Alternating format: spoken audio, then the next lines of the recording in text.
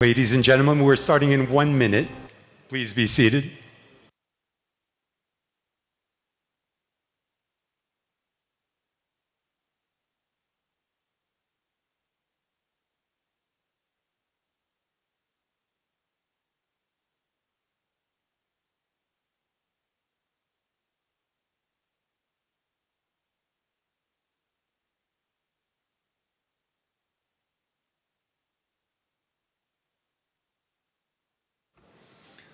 Okay, I think we have enough people in here where we could start now.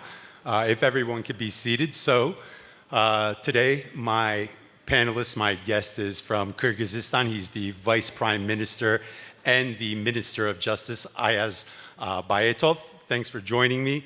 A lot going on in the world, quite a lot going on in the world. And obviously, Ukraine, Iran, Gaza, all these countries getting the headlines, and the big major players like the US, Russia, China, everyone following those. But we've also entered a period where regions have become very important and those regional players have become very important. And I think that one of the regions that we're going to hear a lot more about in the future is going to be Central Asia. You have the Chinese concentrating on it from the east. You have the Russians concentrating on that region from the north.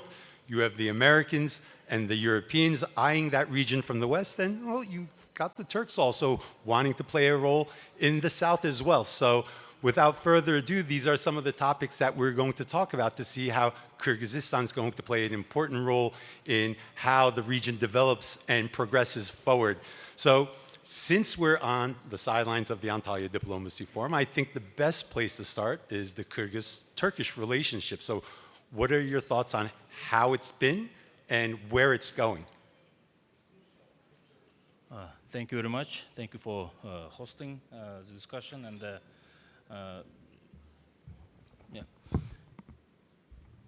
and you mentioned that many things happening and many tendencies are there. But since we at ADF, we first of all thankful for those who organized it, and this is a unique opportunity to exchange opinions, discuss many different issues, and also meet partners, colleagues, and friends. Saying about the bilateral relations with Turkey, of course, I would say it's on extreme at high level in all regards. We have cooperation in a productive, constructive way in all directions. It's not just based on our culture, language, I mean similarities in this regard, religion, but also it reflects today the real productive cooperation in economy, education, in all directions. And of course, this kind of cooperation corresponds with very intensive, very effective visits of the leadership to the countries. We had a state visit of His Excellency Mr. Erdogan to Bishkek that also was a symbol of that cooperation. And of course, the format of comprehensive strategic partnership means that in all directions we have concrete projects, concrete steps, and concrete results of cooperation. And I think the opportunity to meet with partners, with colleagues, and discuss some specific issues also helps to intensify that further. I want to just also mention that we extremely appreciate some directions of our joint work. Because it also allows Kyrgyz economy and Kyrgyz reforms to move faster. For instance, in the sphere of economy, we have very extremely good cooperation in regard of construction, transfer of knowledge and technology. In education, we have long-term implementation of, I would say, best examples of local education in Kyrgyzstan that transfers knowledge to our universities, and so I think it's a highest in all regards possible cooperation. But the most important thing, if we have something good, it could be even better. So we still have next steps to move on in bilateral and also multilateral, because we members of Organization of Turkic States, that also helps us much. You mentioned the Turkic states. Inside of that organization, how are the bilateral relationships, but most importantly, multilaterally? What what's the major goals, and how do you see Kyrgyzstan contributing to that alliance? Thing about organization of Turkic states, I think we have a wide spectrum of projects and initiatives that being developed on all levels, starting from like highest leadership level and connecting very concrete projects on a like ministerial or agencies level. And of course, each level follows some goals that connects the main mission of the organization is promoting cultural, economic, and other kinds of cooperation for mutual benefit, for better relations, and of course for prosperity of each nation in the organization. And being a bit more concrete, even saying about my ministry, Ministry of Justice, we have a specific council between the ministers that allow us to discuss very concrete, very everyday life related issue, like transfer of those who work, like legal help for citizens being in different countries, access to advocates if necessary, transfer of documents, legalizing and confirming documents from different. So that makes the real, the life of citizens more comfortable in regard to organization. So I think this multilateral cooperation in this format has a huge potential that will even go further.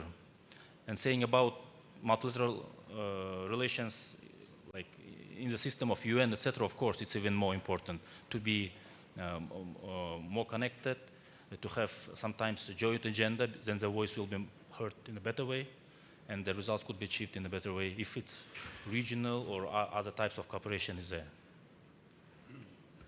One of the things I also want to ask about is interconnectivity, because I think that's one of the most important roles that the Organization of Turkic States plays when they're together. Now, you had the war in Ukraine take the northern corridor offline.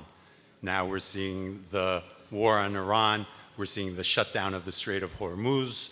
We're seeing concerns in the Red Sea with the Houthis in Yemen, also instability in the northern side by the so-called entity Somaliland. So these are a lot of concerns, but one of the major corridors, Middle Corridor, running through Central Asia, connecting China to European markets.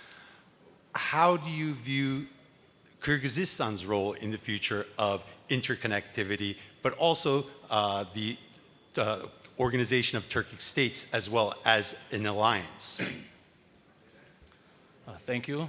Very interesting question. If it's okay, I would also connect my answer to the first remark you made about the Central Asia as a region. I think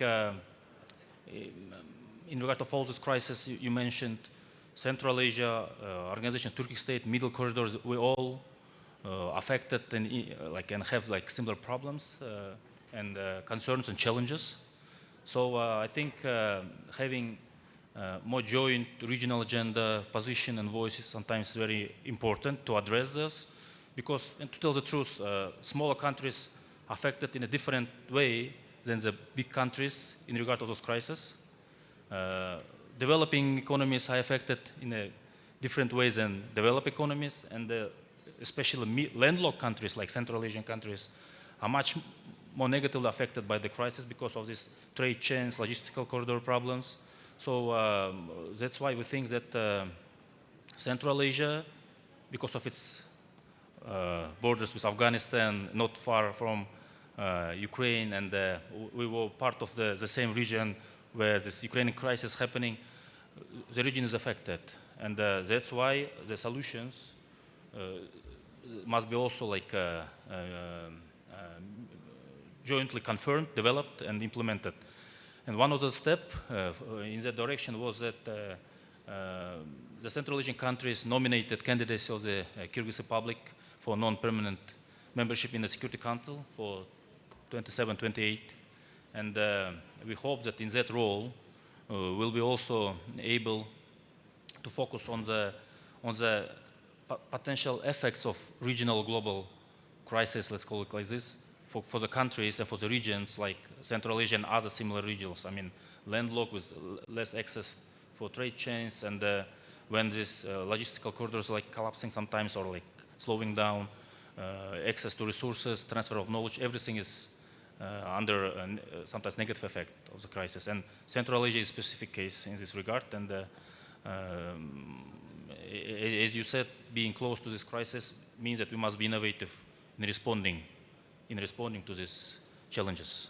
Yeah. I definitely want to get into the UNSC candidacy, but before I get into that, I have another question. After the dissolution of the USSR, a lot of problems were inherited by these new sovereign nations, and I think one of the big problems was borders. We've seen Azerbaijan have their problem with borders with Armenia. Turkmenistan has had problems with their borders. Tajikistan and Kyrgyzstan has problems with their borders. But it seems like Kyrgyzstan has moved towards a resolution. How important is solving that border problem, that border crisis, to creating that internal stability and also the regional stability moving forward? In general, we can see that in the world, we see sometimes like fragmentation in different regions. We see more and more crisis in different regions. And we're lucky that in Central Asia, we had an opposite tendency. And the countries of Central Asia were able to secure this new stage of cooperation when it's like an area or territory of trust and cooperation of competence. And the most crucial issue, of course, to solve border problems. And I won't go into details, but the border problems was there like for 100 years. The first commissions trying to solve border problems was like in early 1920s, something like this. But it was solved just a few years ago. All borders on the most complex borderline, one of the most complex borderline in the world was in the Central Asia and Fergana Valley, etc. They were solved because of different factors. First of all, I think it's a political will and understanding of the leaders that this issue must be resolved to move further, because we do have enough other challenges in other regions that affect the Central Asia. So that was solved through political will, very detailed and productive and concrete work of the commissions. Borders between Uzbekistan and Kyrgyzstan was identified, resolved in all details. The border of Kyrgyzstan with Tajikistan was resolved, and some other borders in the region. And now we have like all borders. So we don't have this issue. This allows us to move further and think about a joint agenda and positions, to focus on trade. And we can see that this step, of course, implemented through work of whole state machines in the region, already provide results. We have increase in trade, we have better economic parameters, reforms, and even as a region and as a country, we have very good like GDP growth rates, best in Eurasia, one of the best in Eurasia and probably in the world for some countries. And it's very good indications that cooperation is much better than competing, especially in regard of specific regions where all countries in the same situation. So that was one of the reasons why we were like also nominated as from the whole region. So let's get to the UNSC temporary member bid right now, candidacy. What do you think Kyrgyzstan brings to the table? Why should they become a member? And what experiences that the government, the country has gone through that will help it if it does get a seat on the council? I'm quite sure that my colleagues from diplomatic service provided our priorities, our accents to all colleagues about what's our priorities and what are the main goals. So I won't stop much on that and say I'm not a diplomatic person, so I'm a diplomatic officer, so I'm like more as a lawyer. What I see, what region and country can present if elected as a member of the council, as you phrased the question. I think, first of all, there are many factors and many reasons why it would be a good scenario for Kyrgyz public to be elected. First, of course, there are a number of countries that never been elected as a member of the Security Council. As a matter of fair representation, I think it would be a very logical step, because Central Asia nominates one candidate, and that candidate could be there representing not only the region, but all the other regions and countries of that kind, because we have similar challenges. We do have concrete agenda of steps, what to do in regard of 2030 agenda for sustainable development that should focus more on the needs of countries of Global South. We're thinking about better regional representation in the Security Council that will increase its effectiveness. Not only, I'm saying not only about Central Asia, but also about African countries that like over 50 states, and they must probably have like permanent representation, quota or members there. And of course, I won't go into details, but of course we do have something to share too as a region and the country. And that's a unique experience that Central Asia and Kyrgyzstan, we do have something to show. And first, what I already mentioned, it's a successful case of resolution of border issues that corresponds to principles of UN Charter when any dispute must be resolved by peaceful means. And saying that it's not just indication of will of the leaders, of course, it's the main issue, but it's also very concrete mechanisms the Central Asian countries used to resolve the issue. Everybody understands that the borders is a very sensitive matter, but in Kyrgyzstan, in Tajikistan, in Uzbekistan and other countries, we used very unique techniques, legal steps to resolve that. For instance, there were used some approaches of like neutral territory mandate. That's not just a word, it means specific legal regime of crossing of the territory when you must regulate not just the crossing on the earth, but to think about the air, regime of the air, subsoil use, how the transportation cross, how people crosses, what are the jurisdictional challenges. All these mechanisms were developed, used, and implemented that allow us to end this 100-year story with the border identification process. I think that unique knowledge of Central Asian countries that was implemented practically would be very good contribution to expertise of the Security Council team administration members. Of course, the region, Central Asia would also be, and Kyrgyzstan would be a specific voice for the countries that are suffering in a different way from crisis, regional and global crisis. Because we're landlocked, as I said, no road, no access to oceans. It means that we need a specific, let me say, regime to preserve this access. Because without that, economic reforms, all other reforms would be problematic. So this logistical, transportational corridor issues would be very important, and we do have knowledge in that regard, and we would share that too. So borders, organizing this international trade and access to information would be, access to resources would be also a very important contribution. And the third one, I won't go further, but the third one, which is also very important, is a approach that each country, Central Asia and Kyrgyzstan specifically, use to make reforms.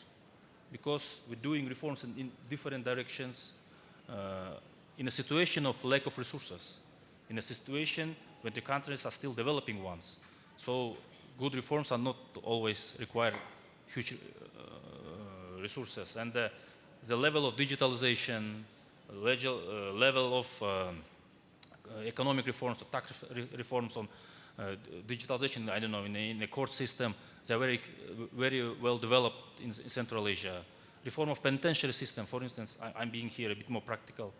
Reform of the penitentiary system in Kyrgyz Republic is also a very unique case because in Kyrgyzstan we have like the highest rate of decrease of prison population in the world.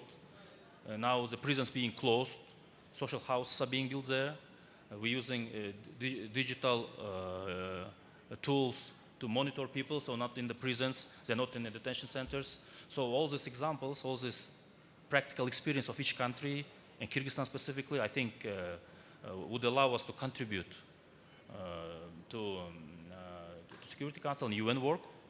But additionally, the most important thing, we would of course be,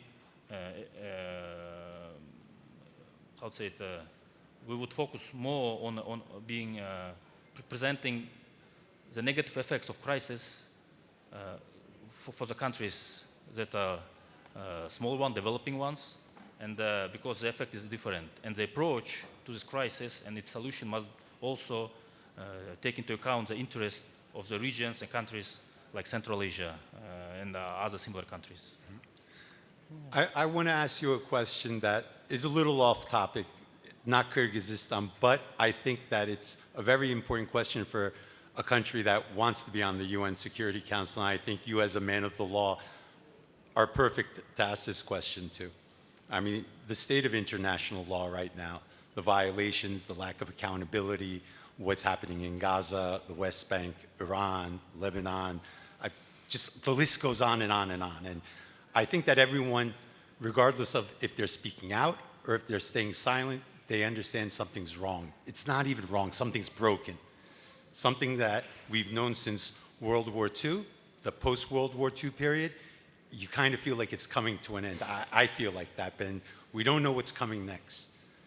I mean, if Kyrgyzstan's on the Security Council, or even if it's not, you as an individual, if you were speaking to someone in a decision-making position, how would you plead to them to come back to to reinstate or at least re-embrace the international law system that we've all known growing up? You mentioned examples of situations when we have a huge crisis in all aspects of the situation. First of all, it's a humanitarian crisis with extreme negative effect and danger to ordinary people. That's the first issue that must be taken into account, because UN Charter principles of focusing on that first. The people should not suffer from this kind of crises. That means the crisis must be resolved in the way when those people are not under unnecessary suffering.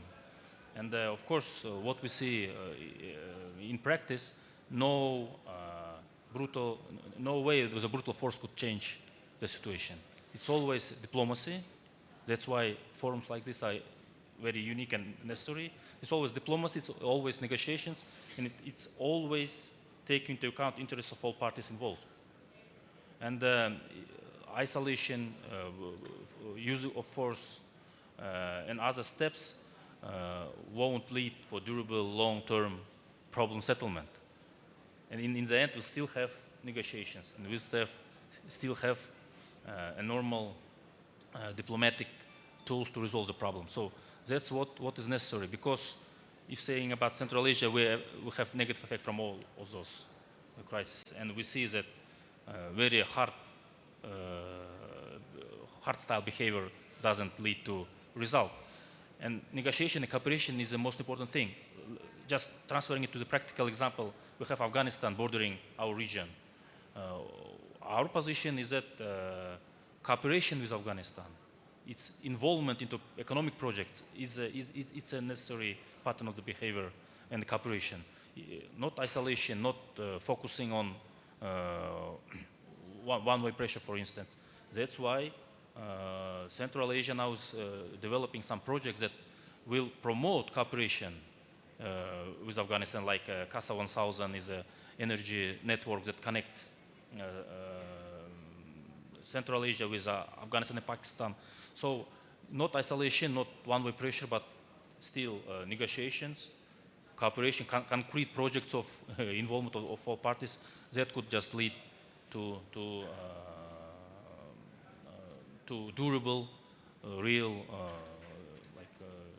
normal situation. Because, as I said in the beginning, competing could lead to one like status quo that is not durable. Anyway, next crisis will come. So negotiations diplomacy is the only way to solve all crises for a long-term period. Mm-hmm. Yeah. There's been more and more voices for reform at the United Nations. People are unhappy. There's a gentleman, I forgot his name, Recep Tayyip Erdogan. 2016, I think he had a very important speech where he said the world is bigger than five. There's also more countries now supporting that. I believe Qatar, Brazil, Japan, they're part of a small group that are working on reforming. Don't quote me on those three countries, but I think they're part of a small group that are trying to work towards reforming. How does Kyrgyzstan view the current format of the United Nations? Do they believe that it needs reform? If so, what type of reforms or what type of role would it like to play inside of reforms? Because as I said, I think the majority now, back in 2016, it was probably a minority, but I think it's now a majority that wants to see some change. When His Excellency Mr. Erdogan visited Kyrgyz Republic in 2020, end of 2024, I think, when they had the meetings and discussions and bilateral talks and the negotiations with the President of Kyrgyz Republic, Mr. Japarov, the step that followed this comprehensive strategic partnership means that we also think that we're on the same position, that Security Council must modify something, must modify to better represent specific regions, to better react to crisis, have more effective involvement of some regions and countries, and the voice must be heard, not just heard, but taken into account for the solutions. In this regard, there are some, there are some strategies to modify the work of the Security Council. And the Kyrgyz Republic in favor of that approach, but the concrete strategy must be developed with all partners involved. But I think it's now a global, not challenge, but global request for change is there, because no other way than to deal with any problems through diplomacy and universal institutions and mechanisms that's under UN umbrella. Mm-hmm. So it cannot be in the near future be replaced. So it must be modified, and just effectiveness must be less bureaucracy. Let's go. We like this word, debureaucratization. We just discussed that, and that must be also used for probably. And that's what we see. And our specific role is just transfer of the voice and focusing on the issues that affect negatively specific categories of countries, like landlocked, less access to resources, better representations of different regions, including many countries of global south, I would say. Yeah, I definitely think those unique challenges that Kyrgyzstan faces will be very valuable if the country is selected onto the Security Council. 2027, 2028, how are you feeling? Are you feeling confident that your country will be there at the Security Council? What type of support is there right now when you're having dialogue with diplomats who are serving at the UN, or when you're talking with allied countries?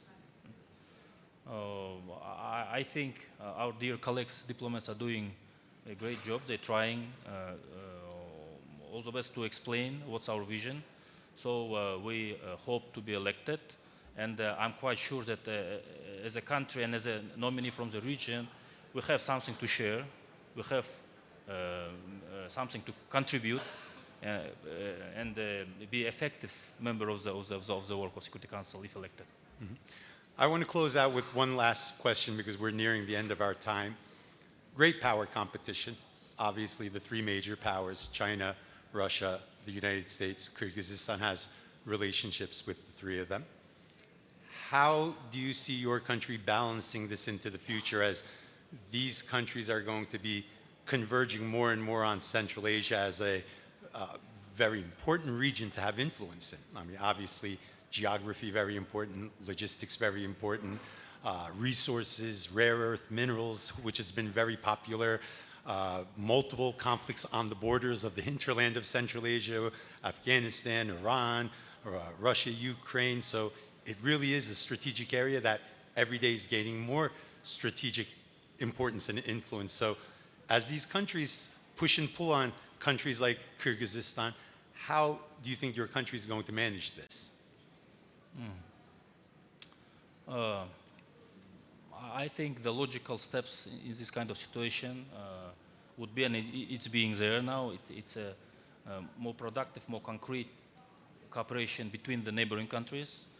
having sometimes like common agenda on some issues, joint positions, and that's happening. So better and better connection between countries of the region, because no problem could be solved by one country, it must be solved by, or no challenges could be addressed by one country, it must be addressed by all five. And more active involvement in organizations, in regional cooperation projects and organizations like Organization of Turkic States, we have Shanghai Organization of Cooperation.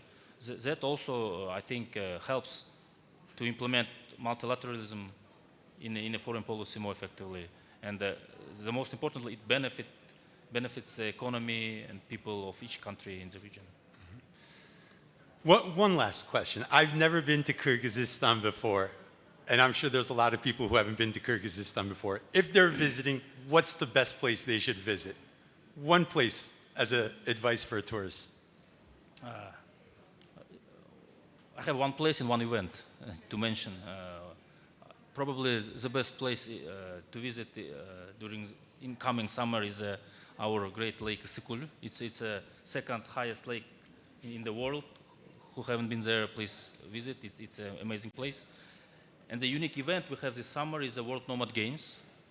World Nomad Games in August that unites all these teams from more than 100 countries that actually do play nomad games there in practice. So it's also a unique cultural experience. So and you can combine both, visit Isikul and World Nomad Games in August. So, okay, please visit. That's the Vice Prime Minister and Minister of Justice of Kyrgyzstan. He's invited all of us to the World Nomad Games. Please. Thank you, Ayaz Bayatov, for joining me. Thank you very much.